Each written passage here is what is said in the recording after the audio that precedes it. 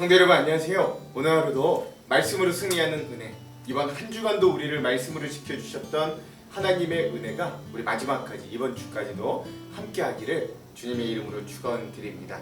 우리 계속해서 우리 에스라 말씀의 이야기를 좀 보고 있고, 이 10장밖에 안 되는 책이기 때문에 이제 거의 종반으로 다가간다는 것도 여러분 아시면 되겠습니다. 그리고 우리 어제 내용을 잠깐 리뷰해 볼게요. 어제는 드디어 이제 성전이 다시금 중단됐던 성전이 재건되고 또 완성되어서 기쁨에 넘쳤던 이스라엘 백성들의 모습을 볼 수 있습니다.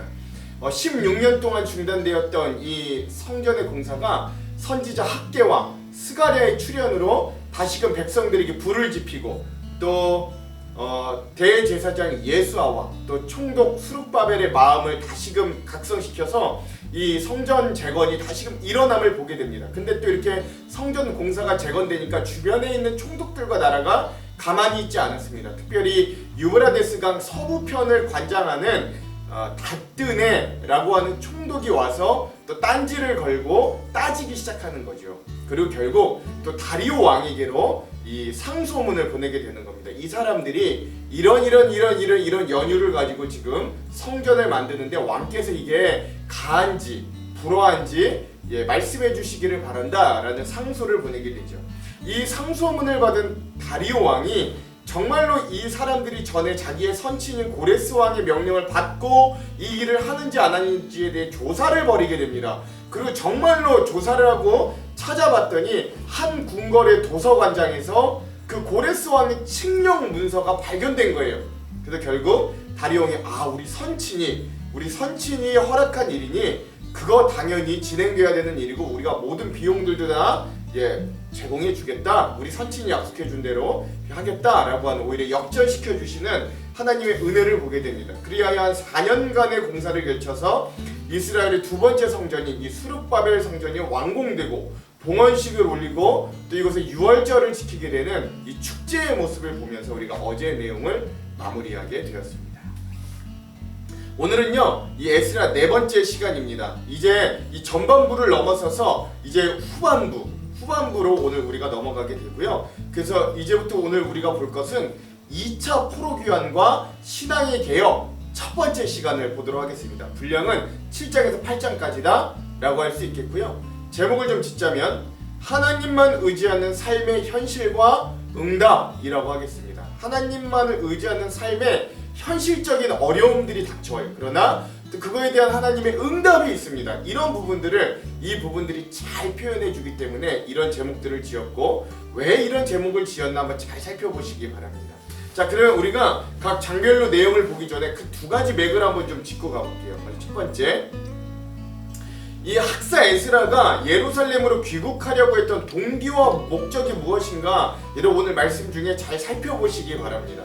자, 두 번째, 이 에스라가 1500km나 되는 이 귀환, 이 두 번째 포로 귀환 여정 중에 페르시아 왕 아닥사스다가 제공한 군대를 거절합니다. 이 1500km나 되는 굉장히 어려운 길인데, 위험한 길인데도 그 왕이 군대를 제공해서 호위해 준다고 하는 걸 거절해요. 그리고 하나님께 금식기도 합니다. 이런 이유가 무엇인지도 여러분 오늘 말씀 중에 한번 잘 찾아보시면 또 은혜롭게 이 말씀들을 읽어가실 수 있을 겁니다. 자, 그러면 7장과 8장의 말씀 우리가 각 내용들을 한번 정리해 보도록 하겠습니다. 여러분, 근데 이제 이 7장을 우리가 좀 들어가기 전에 우리가 한번 이 내용들에 대한 전체적인, 이 에스라 전체적인 내용들을 한번 짚고 갈 필요가 있습니다. 여러분, 오늘부터 우리가 볼 내용들은요, 이 앞에 성전이 1차 포로귀환이 일어나고 수룹바벨 성전이 완성되기까지 한 20년 정도의 시간이 걸렸거든요. 근데 그 20년간의 시간 이후에도 한 60년 정도의 시간이 흐르고 난 이후의 시점이 바로 오늘 말씀 7장의 시점이다 라고 할 수 있겠습니다. 자, 그러면 그 60년 동안 요 페르시아 지역과 이스라엘 백성들에게는 주요하게 무슨 일이 일어났는가? 그 60년 동안 여러분 잘 아시는 에스더 여왕 있죠. 에스더 여왕, 모르드게 총리와 그의 조카인 에스더 여왕의 이야기가 이 60년간의 가장 중요한 이야기로 이들에게 펼쳐졌었다라는 것을 아시면 되겠습니다. 그러한 일련의 사건들이 있고 한 60년 정도가 지난 후에 오늘 7장이 드디어 일어나게 되는 거다. 그러니까 6장과 7장 사이에는 한 60년 정도의 시간차가 있다. 이것을 여러분 염두에 두시고, 그 중에서도 특별히 에스더 여왕의 죽으면 죽으리라 라고 하는 그 사건이 이 가운데 있었다 라는 것도 여러분 아시면서 이 내용들을 읽어보시면 되겠습니다. 자, 7장이 되니까 이제 60년이 지나서 다리오 왕이 아니라 그 다음 왕이었던 아하수에로 왕, 그리고 난 이후에 아닥사스다 왕의 시절까지로 오게 됩니다. 이 아닥사스다 왕이 페르시아를 지배하던 시절에 에스라가 활동하였어요. 이 에스라가 어떤 사람인가 이 7장이 소개하는데 그의 족보를 소개해 줍니다. 근데 그 족보가 보통 누구의 족보냐면 대제사장 집안의 족보였어요. 그래서 보면 사독, 이 다윗 시대 대제사장이었던 사독, 비느하스, 엘르아살, 위로 올라가다 보면 아론의 16대 손이다 라고 하니까 가장 첫 번째 대제사장이었던 아론의 직계 자손이 바로 이 에스라다 라고 하는 걸 강조해 줍니다. 그러니까 이가 대제사장의 피가 흐르는 이런 제사장 직분을 맡은 사람이다 라는 걸 알려주기도 하죠. 또 하나 성경은 뭘 알려주나, 그가 그런 혈통뿐만 아니라 모세의 율법에 익숙했던 학사였다라고 소개해 줍니다. 그가 제사장이면서 제사장의 혈통을 이어받은 제사장이면서 또 하나님의 율법에 능통한, 하나님의 율법을 잘 알고 연구하고 지키려고 애쓰는 그런 학사였다라는 것도 알려주는 거죠. 또 하나, 그는 어떤 사람이었냐, 이 당시 페르시아 제국의 왕이었던 아닥사스다 왕의 호의를 받았다. 즉 굉장히 그의 주변에서 쓰임받고 있는 유능한 인재였다, 관리였다, 고위직의 관리였다, 페르시아 제국의 고위직의 관리였다 라는 것들도 알려줍니다. 자, 이렇게 이 아닥사스다 왕의 통치 7년이 지났을 때 에스라가 이 많은 백성들, 이스라엘 백성들, 제사장, 레위인, 또 레위인들을 섬기는 느디님 이런 백성들을 끌고 2차 포로 귀환을 하게 되는 겁니다. 그리고 그가 그렇게 귀환을 하면서 돌아가자마자 이 자기의 고국에 있는 이스라엘 백성들에게 율법과 규례를 열심히 가르치기로 결심하는 겁니다. 이게 바로 2차 포로 귀환, 에스라를 중심으로 한 2차 포로 귀환의 동기와 목적이 되는 거죠.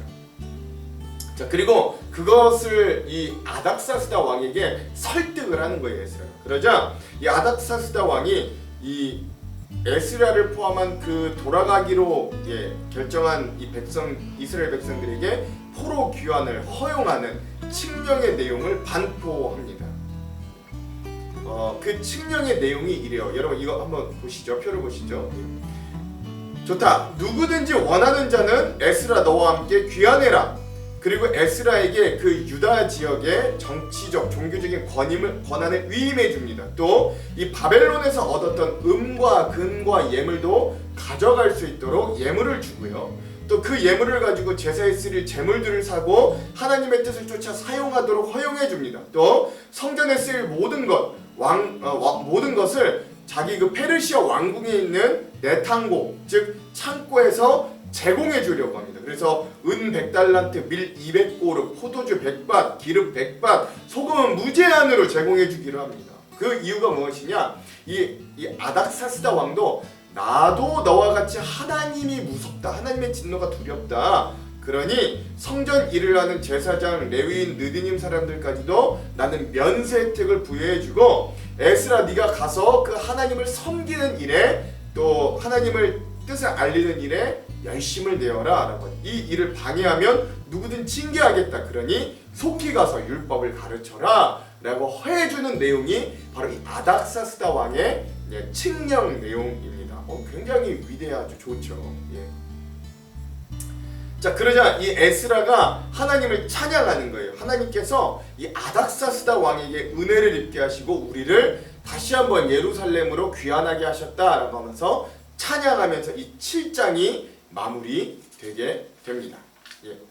자, 그 이후에 8장은요 이 2차 포로 귀환을 준비하고 또 그 과정을 보여주고 결국에 그 귀환하는 모습까지 보여주게 되는 거예요. 그 2차 포로 귀환이 완료되는 모습을 8장에서 볼 수 있습니다. 자, 2차 포로 귀환을 하기에 앞서 이제 여러분 이 포로 귀환이라는 게 그냥 거기에 있는 이스라엘 백성들을 몽창 데리고 오는 게 아니라요. 그 페르시아 제국에 넓게 퍼져 있는 백성들 중에서 자원을 받는 거예요. 우리가 이제 예루살렘으로 돌아갈 건데 자원에서 갈 사람들은 나와 함께 가자라고 자원을 받는 겁니다. 그래서 자원을 받은 사람들의 2차 귀환자 인구 조사를 하게 되는 겁니다. 여러분 표를 한번 보시죠. 예.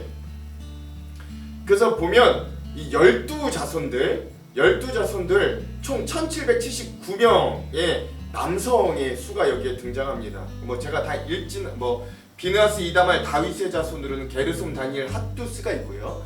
스가랴 자손은 스가냐를 중심으로 150명, 바알 모압 자손 엘 여호 에넬을 중심으로 200명, 스가냐 자손은 야하시엘을 중심으로 300명, 엘람 자손은 여사야를 중심으로 70명, 스바다 자손은 스바디아를 중심으로 80명, 요압 자손은 오바디아를 중심으로 280명, 슬로밋 자손은 요시비아를 중심으로 160명, 베베 자손은 스가디아를 중심으로 280명, 아스갓 자손은 요하난을 중심으로 110명, 아도니감 자손은 엘리벨렛, 여우렐, 스마야를 중심으로 60명, 비그웨 자손은 우데, 사붓을 중심으로 70명. 그래서 1763명인가 그렇고요. 여기에 이제 이 대표적인 이 대표의 사람들과 또 에스라와 이런 사람들을 총 합치면 장정, 남자 장정만 1779명이 나옵니다. 근데 이건 남자의 수만 센 거기 때문에 여기에 보통 곱하기 4나 5를 하면 이 당시에 2차로 포로 귀환으로 귀환한 이스라엘 백성들의 수가 여자와 아이들까지 포함하면 거의 한 9,000명 정도, 1만 명에 다다랐을 것이다 라고 보통 많은 학자들이 추정된다. 이거 아시면 되겠습니다. 자, 이렇게 한 9,000명의 사람들이 다 모아졌습니다. 자, 그리고 이들이 드디어 이제 포로 귀환의 과정에 들어가는 거예요. 예. 여러분 이거 지도를 보시면 아시겠습니다만 이들의 2차 포로 귀환의 여정이 이렇습니다. 근데 이들이 이제 2차 포로 귀환 여정을 준비하면서 아하와 강과라는 곳에 3일간 이제 유숙하게 됩니다. 이게 굉장히 중요한 장소인데 여기서 이제 3일간을 유숙하면서 준비를 더 확실히 하는 건데 여기서 이 에스라 학사가 자기들과 함께하는 이 인구 조사 2차 귀환자 인구 조사 명단을 확인해 보니까 안타깝게도 여기에 레위인이 한 명도 없는 거예요. 그러니까 자기들과 돌아갈 그 사람들 중에서 이 성전 봉사자가 없는 거죠. 그러다 보니까 성전 봉사자를 추가로 모집하게 됩니다. 그 사람들의 명단이 그래서 이 에스라가 곳곳을 다니면서 곳곳 사람들을 보내서 이 성전 봉사자 즉 레위인들 이 성전을 봉사할 수 있는 레위인들을 추가로 설득하고 모집하는 과정이 보여집니다. 여러분 이거 또 표를 보시면 알겠는데 그렇게 해서 설득하고 강권하고 이래서 다시금 그 2차 귀환자 명단에 추가로 레위인의 명단이 추가된 사람들이 엘리에셀, 아리엘, 스마야, 엘라단, 야립, 엘라난, 나단, 스가랴, 무술람, 요아립, 엘라단, 이또 등 12명 그리고 세레바와 18명의 사람들 그리고 여샤야와 20명의 사람들 또한 50명의 레위인들이 다시 추가로 모집되었고요. 또 이 레위인을 섬기는 레위인들에게 수종드는 외국인들 느디김 사람들이라고 하는데 이 사람들도 총 220명이 합류하였다라는 사실을 볼 수 있습니다.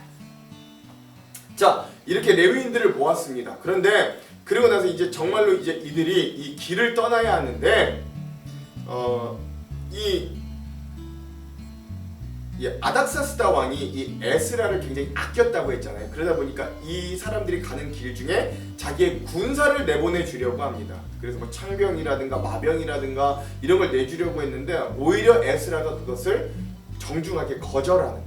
그 뭐라 그랬냐면 왕이시여 내가 하나님과 함께한 자들은 하나님이 지켜주신다고 말씀하셨는데 내가 이렇게 왕에게 이런 군사의 보호를 받겠다는 건 굉장히 부끄럽습니다. 그니 우리는 이 군사의 도움을 받지 않고 하나님의 도움만으로도 충분히 안전하게 갈 수 있습니다 라고 이야기하는 거예요. 그리고 이야기하고 났지만 사실 못내 불안하고 힘든 거죠. 왜냐면 이 거리가 1500km나 되는 거리였고 언제든 강도, 산적, 뭐 매복 뭐 이런 이민족의 침략 뭐 이런 것들을 받을 수 있는 굉장히 위험하고 어려운 길이었거든요. 그러다 보니까 이 에스라가 그 9,000명의 백성들과 함께 3일간 금식 기도를 하게 되는 겁니다. 하나님이 이것을 굉장히 기특하게 보셨던 것 같아요. 그러니까 사람 군대를 의지하지 않고 하나님만 의지하는 이 에스라와 이 9천 명의 이 2차 포로 귀환자들에게 하나님이 은혜를 베풀어 주셔서 성경에 보면 귀한 길 내내 하나님이 지켜주셨다. 또 뒤에 가서 보시면 이 매복과 대적들에게서 하나님이 보호해 주셨다라고 하는 모습도 발견할 수 있습니다. 자, 이 귀환하는 길 중에서 에스라가 제사장 중에 12명의 두목과 레위인 중에 세레비아와 하사랴라는 사람을 포함한 레위인 12명의 두목들을 각각 세웁니다. 그러니까 제사장 12명, 레위인 12명 이렇게 각각 대표들을 세우는 거예요. 그리고 이들에게 하나님의 전을 위해서 드렸던 은과 금과 기명들을 맡게 하는 겁니다.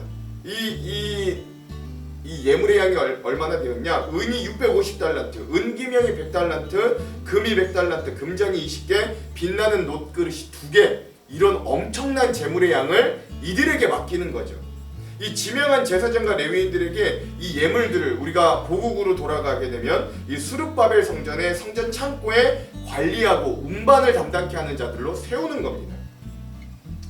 자, 드디어 그 해 1월 12일에 2차 귀환의 여정이 시작됩니다. 그리고 하나님의 도우심으로 대적과 매복자들에게서 하나님이 도와주시고 지켜주시는 거예요. 그리고 4개월이나 되는 이 여정 끝에 결국 이들이 예루살렘에 도착합니다. 앞에 말씀드렸듯이 이 여정이 한 1500km 정도 되는 굉장히 험난한 길이고 이걸 4개월간 갔다고 하니까 하루에 보통 11km를 갔다고 합니다. 여러분 장정만 있으면 상관없는데 여성들과 어린 아이들과 짐까지 있는데 하루에 11km 간다는 건 굉장히 엄청나게 고된 그리고 타이트한 여정이었다라는 걸 여러분 알 수 있는데 그 별 문제 없이 이 타이트하고 힘든 고난의 여정을 잘 감내하였다라는 것도 알 수 있는 거죠. 그래서 이들이 예루살렘에 도착하자마자 얼마나 힘들었는지 3일간은 아무것도 하지 않고 휴식을 하게 되고요. 4일째 되게 되었을 때 예루살렘에 도착하고 4일째 되게 되었을 때 자신들이 가져왔던 그 성전의 예물을 세고 확인하고 또 그 성전에 드리는 일들을 하고요. 이렇게 2차로 또다시 이제 자신들이 귀환한 기념과 감사의 제사를 드려서 술수 12마리, 순양 96마리, 어린 양 77마리, 그리고 각 지파별 수대로 속죄제로 숫 염소 12마리를 가지고 하나님 앞에 속죄제를 드리고 또 번제를 드리는 모습들을 보게 됩니다. 자, 이 모든 과정들을 통해 이 에스라가 뭐라고 평가하냐면 아닥사스다 왕의 칙령으로 주변의 총독들이 사실 눈에 가시거든요. 이 이스라엘 백성 눈에 가신데 이 왕의 칙령이 떨어져 있기 때문에 어쩔 수 없이 이 에스라와 이스라엘들을 도와주고 협력하였다라고 이야기하면서 이 8장의 말씀이 마무리되는 겁니다.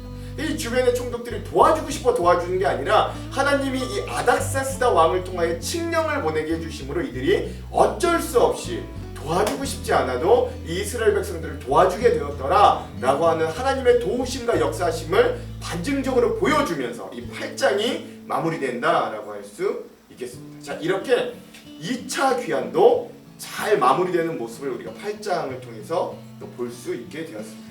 자, 그럼 오늘 7장과 8장의 말씀의 우리 핵심 구절을 함께 살펴보고 또 오늘 우리가 주안점을 살펴볼게요. 먼저 7장에 대한 요절은요 8절에서 10절입니다. 제가 한번 읽어볼게요. 이 에스라가 올라왔으니 왕의 제 7년 다섯째 달이라 첫째 달 초하루에 바벨론에서 길을 떠났고 하나님의 선한 손의 도우심을 입어 다섯째 달 초하루에 예루살렘에 이르니라. 에스라가 여호와의 율법을 연구하여 준행하며 율례와 규례를 이스라엘에게 가르치기로 결심하였더라. 아멘. 이렇게 되겠죠. 그러니까 즉 에스라가 이제 이 왕에게 이 자기의 포로 귀환의 청과 또 이렇게 포로 귀환을 하게 된 결심의 부분을 알려줘. 즉 이 자기의 고국에 있는 백성들에게 율법과 규례를 제대로 가르쳐야 되겠다. 하나님의 신앙 개혁을 이룩해야 되겠다라고 하는 결심이 선 부분을 이 7장의 요절로 삼아봤습니다. 자, 오늘의 마지막 8장의 요절은요 21절에서 23절의 말씀입니다. 한번 읽어볼게요. 그때 내가 아하와 강가에서 금식을 선포하고 우리 하나님 앞에 스스로 겸비하여 우리와 우리 어린아이와 모든 소유를 위하여 평탄한 길을 그에게 간구하였으니 이는 우리가 전에 왕에게 이르기를 우리 하나님의 손은 자기를 찾는 모든 자에게 선을 베푸시고 자기를 배반하는 모든 자에게 권능과 진노를 내리신다 하였으므로 길에서 적군을 막고 우리를 도울 보병과 마병을 왕에게 구하기를 부끄러워하였습니다. 그러므로 우리가 이를 위하여 금식하며 우리 하나님께 간구하였더니 그의 응답하심을 입었느니라. 아멘.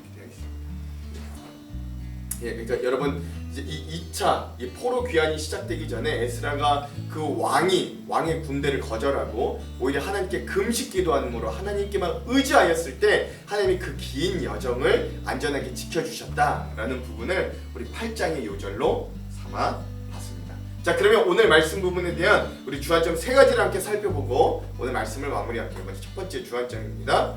오늘 말씀에 에스라가 드디어 처음으로 등장합니다. 성경은 그를 소개하면서 하나님께서 주신 모세의 율법에 익숙한 학자다라고 소개합니다. 여기서 익숙하다라는 표현은요, 율법에 대해 해박한 지식을 가졌을 뿐만 아니라 신앙적으로도 매우 열심히 있었던 사람이었음을 의미하는 거예요.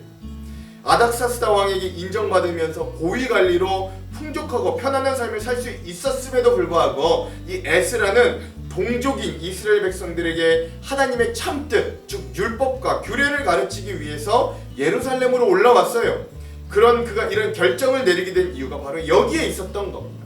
비록 한 60여 년 전에 1차 귀환한 이스라엘 동족들이 스룹바벨 성전을 재건하고 유월절을 지키고 신앙을 회복하는 데 힘을 썼지만 여전히 들려오는 소식엔 여전히 많은 백성들이 하나님의 말씀 앞에 온전히 서 있지 못했기 때문에 이런 상황 아래에 있는 동족들에게 하나님의 말씀을 연구하고 바르게 전하고자 하는 사명으로 그가 결국 예루살렘으로 돌아왔다라고 하는 건 우리들에게 깊은 교훈과 도전을 주는 장면이다라고 할 수 있겠습니다. 자, 두 번째.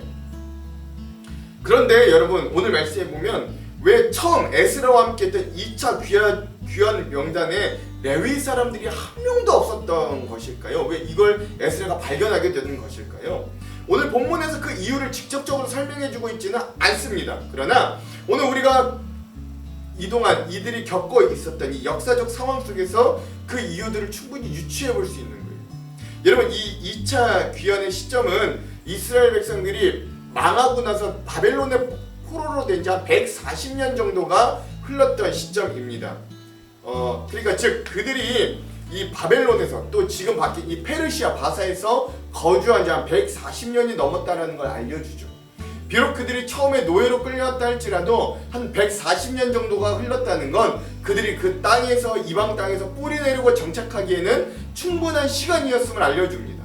언어적으로 문화적으로 이미 충분히 그 땅 사람들과 동화되었고 그 나라에 이미 터 잡고 많은 재산들을 가지고 살아갈 수 있게 되었다라는 거죠. 오히려 그 이방 땅에서 안정적인 삶을 누렸던 시점이다라는 걸 기억해야 됩니다. 그러니까 이 바벨론에서 산 지 한 140년이 지난 시점이라면 그들은 이미 바벨론의 문화, 언어, 관습에 익숙해졌고 오히려 거기서 태어났던 2세대들은 자녀 세대들은 오히려 그 바벨론의 문화와 언어가 더 불편함 없이 편했던 그런 세대였다라는 것도 알 수 있는 거예요. 그리고 스룹바벨을 중심으로 약 5만 명의 사람들이 한 60년 전에 이스라엘 예루살렘으로 귀환한 지도 한 60년이 지난 시점이었거든요. 그런데 고향 땅에서 들려오는 소식이 그리 좋지만은 않았을 거예요. 왜냐면 그 고향 땅이라 예루살렘은 이미 다 무너졌던 땅이었고요. 그래서 그 고향 땅에 돌아간다는 건 고생이 뻔히 보이는 시간이었고 또 특별히 더 다른 지파에 비해서 다른 지파에게 경제적으로 의존해야 했던 레위인들의 상황은 더 어려울 수밖에 없었던 게 눈에 선했던 거죠.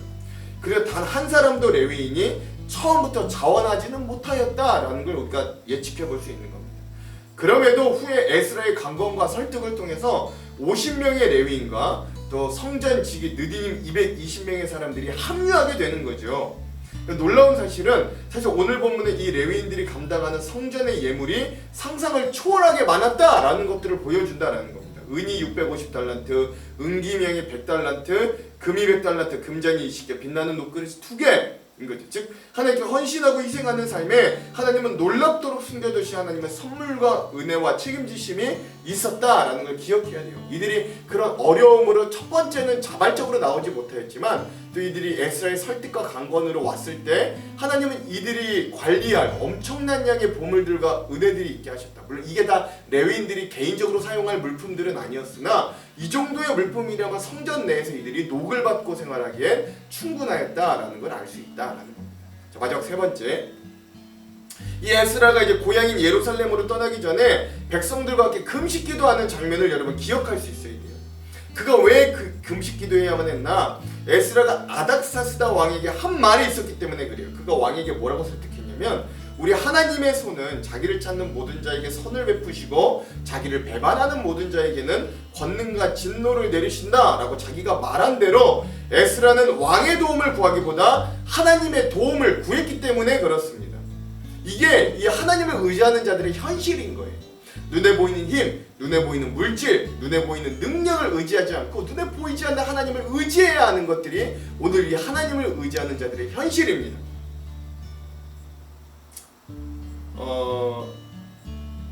그럼에도 불구하고 그는 눈에 보이는 왕의 도움을 구하지 않고, 왜냐하면 그것이 믿음과 동떨어져 보이기 쉽게 보이기 때문에 그래요. 그래서 타고 왕의 도움을 청한다는 건 믿음의 사람이 갖추어야 될 올바른 태도가 아니다라는 믿음이 있었어요.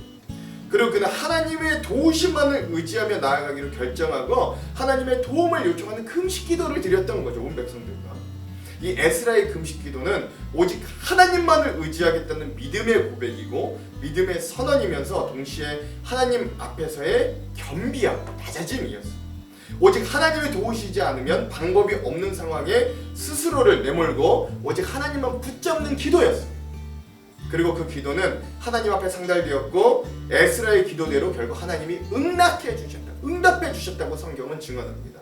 4개월간의 긴 여행 동안, 1500km의 이 엄청난 여행 동안 그 많은 사람과 성전에 바쳐질 그 많은 예물이 하나도 송산되지 않았고 예루살렘에 무사히 도착하게 되는 하나님의 보호하심과 인도하심을 그들이 직접 경험하고 누릴 수 있었다. 여러분 이거 기억하시고 우리도 하나님을 온전히 의지하는 자는 하나님이 지켜주시고 보호하여 주신다라는 것들을 기억하시면서 오늘 말씀을 읽으시기를 주님의 이름으로 축원드립니다. 기도합니다.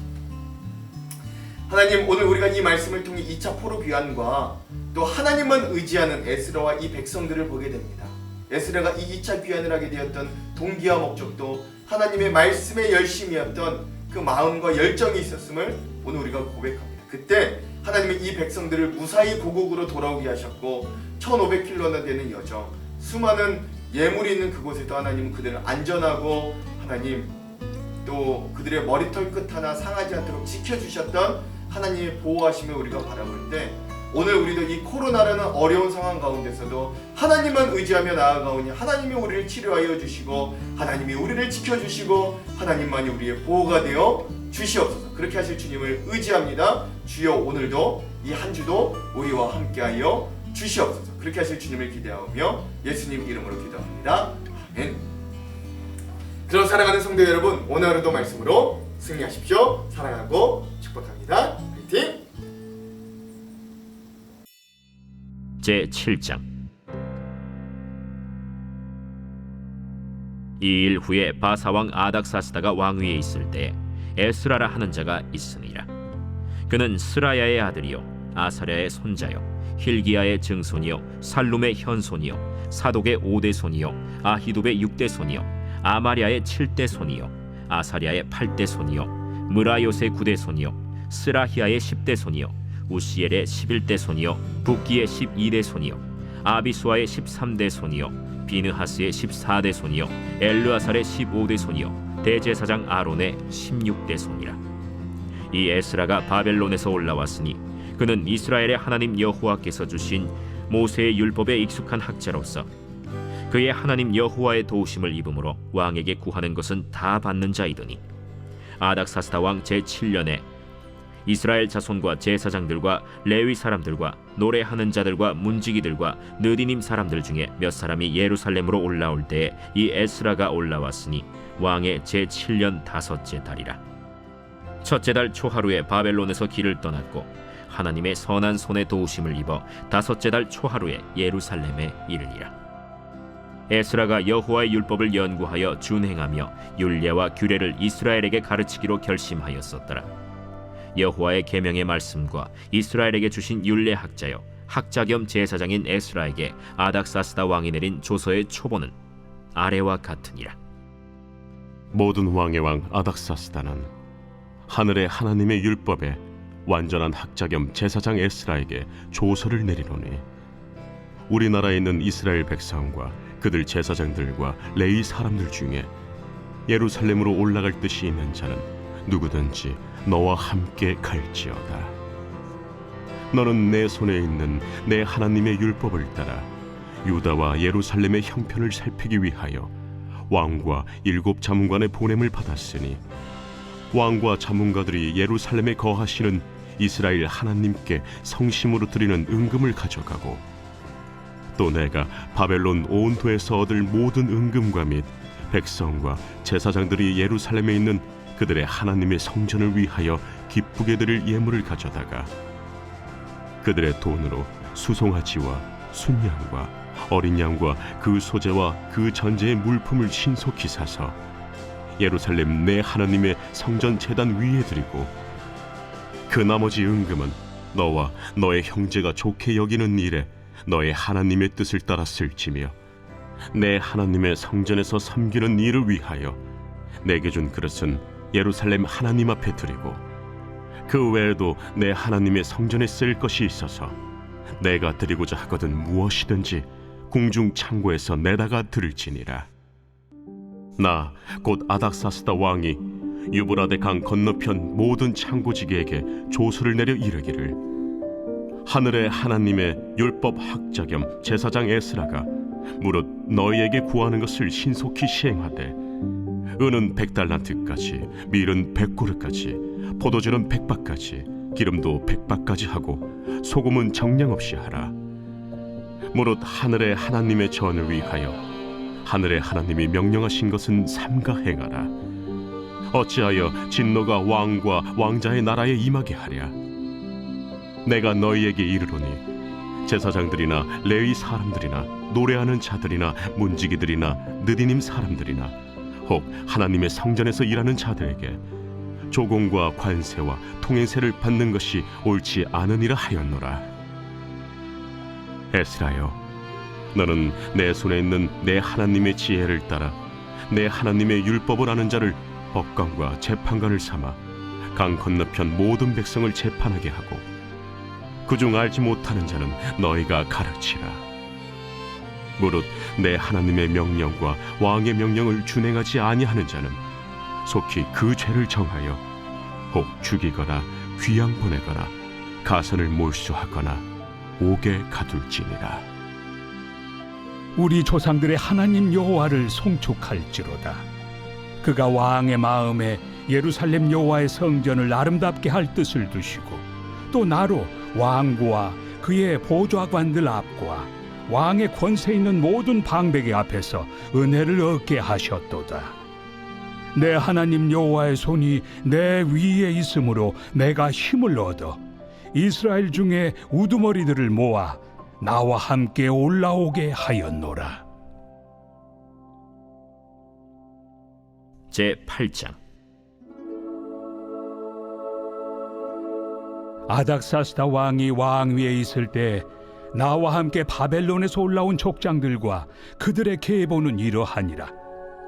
비느하스 자손 중에서는 게르솜이요, 이다말 자손 중에서는 다니엘이요, 다윗 자손 중에서는 핫두스요, 스가냐 자손 곧 바로스 자손 중에서는 스가랴니, 그와 함께 족보에 기록된 남자가 150명이요, 바한 모압 자손 중에서는 스라히야의 아들 엘여호에네니, 그와 함께 있는 남자가 200명이요, 스가냐 자손 중에서는 야하시엘의 아들이니, 그와 함께 있는 남자가 300명이요, 아딘 자손 중에서는 요나단의 아들 에벳이니, 그와 함께 있는 남자가 50명이요, 엘람 자손 중에서는 아달리아의 아들 여사야니, 그와 함께 있는 남자가 70명이요, 스바디아 자손 중에서는 미가엘의 아들 스바디아니, 그와 함께 있는 남자가 80명이요, 요압 자손 중에서는 여히엘의 아들 오바디아니, 그와 함께 있는 남자가 218명이요, 슬로밋 자손 중에서는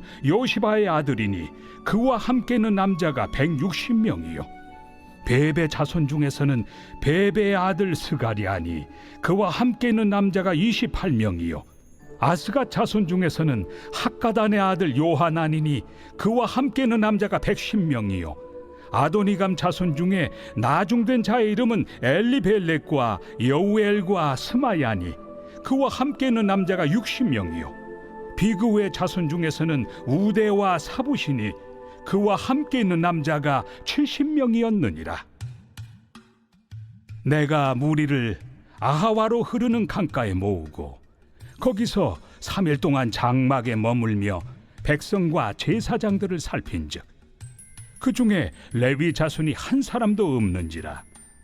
이에 모든 족장 곧 엘리에셀과 아리엘과 스마야와 엘라당과 야립과 엘라당과 나당과 스가랴와 무술람을 부르고 또 명철한 사람 요아립과 엘라단을 불러 가시비아 지방으로 보내어 그곳 족장 이또에게 나아가게 하고 이또와 그의 형제 곧 가시비아 지방에 사는 느디님 사람들에게 할 말을 일러주고 우리 하나님의 성전을 위하여 섬길 자를 데리고 오라 하였더니 우리 하나님의 선한 손에 도우심을 입고 그들이 이스라엘의 손자 레위의 아들 말리의 자손 중에서 한 명철한 사람을 데려오고 또 세레비아와 그의 아들들과 형제 18명과 하사비아와 무라리 자손 중 여사야와 그의 형제와 그의 아들들 20명을 데려오고 다윗과 방백들이 레위 사람들을 섬기라고 준 느디님 사람 중 성전 일꾼은 220명이었는데 그들은 모두 지명받은 이들이었더라. 그때 내가 아하와 강가에서 금식을 선포하고 우리 하나님 앞에서 스스로 겸비하여 우리와 우리 어린아이와 모든 소유를 위하여 평탄한 길을 그에게 강구하였으니 이는 우리가 전에 왕에게 아뢰기를 우리 하나님의 손은 자기를 찾는 모든 자에게 선을 베푸시고 자기를 배반하는 모든 자에게는 권능과 진노를 내리신다 하였으므로 길에서 적군을 막고 우리를 도울 보병과 마병을 왕에게 구하기를 부끄러워하였습니다. 그러므로 우리가 이를 위하여 금식하며 우리 하나님께 간구하였더니 그의 응낙하심을 입었느니라. 그때 내가 제사장의 우두머리들 중 12명 곧 세레비아와 하사비아와 그의 형제 10명을 따로 세우고 그들에게 왕과 모사들과 방백들과 또 그곳에 있는 이스라엘 무리가 우리 하나님의 성전을 위하여 드린 은과 금과 그릇들을 달아서 주었으니 내가 달아서 그들 손에 준 것은 은이 650달란트요 은 그릇이 100달란트요 금이 100달란트며 또 금잔이 20개라 그 무게는 1000다리기요 또 아름답고 빛나 금같이 보배로운 녹그릇이 2개라. 내가 그들에게 이르되 너희는 여호와께 거룩한 자요 이 그릇들도 거룩하고 그 은과 금은 너희 조상들의 하나님 여호와께 즐거이 드린 예물이니 너희는 예루살렘 여호와의 성전 골방에 이르러 제사장들과 레위 사람의 우두머리들과 이스라엘의 족장들 앞에서 이 그릇을 달기까지 삼가 지키라. 이에 제사장들과 레위 사람들이 은과 금과 그릇을 예루살렘 우리 하나님의 성전으로 가져가려 하여 그 무게대로 받으니라. 첫째 달 12일에 우리가 아하와 강을 떠나 예루살렘으로 갈새 우리 하나님의 손이 우리를 도우사 대적과 길에 매복한 자의 손에서 건지신지라. 이에 예루살렘에 이르러 거기서 3일간 머물고 제사일에 우리 하나님의 성전에서 은과 금과 그릇을 달아서 제사장 우리아의 아들 무레못의 손에 넘기니 비느하스의 아들 엘르아살과 레위 사람 예수아의 아들 요사밧과 빈누이의 아들 노아디아가 함께 있어 모든 것을 다 세고 달아보고 그 무게의 총량을 그때에 기록하였느니라. 사로잡혔던 자의 자손 곧 이방에서 돌아온 자들이 이스라엘의 하나님께 번제를 드렸는데 이스라엘 전체를 위한 수송아지가 12마리요 또 순양이 96마리요 어린 양이 77마리요 또 속죄제의 순념소가 12마리니 모두 여호와께 드린 번제물이라. 무리가 또 왕의 조서를 왕의 총독들과 유브라데 강 건너편 총독들에게 넘겨주매 그들이 백성과 하나님의 성전을 도왔느니라.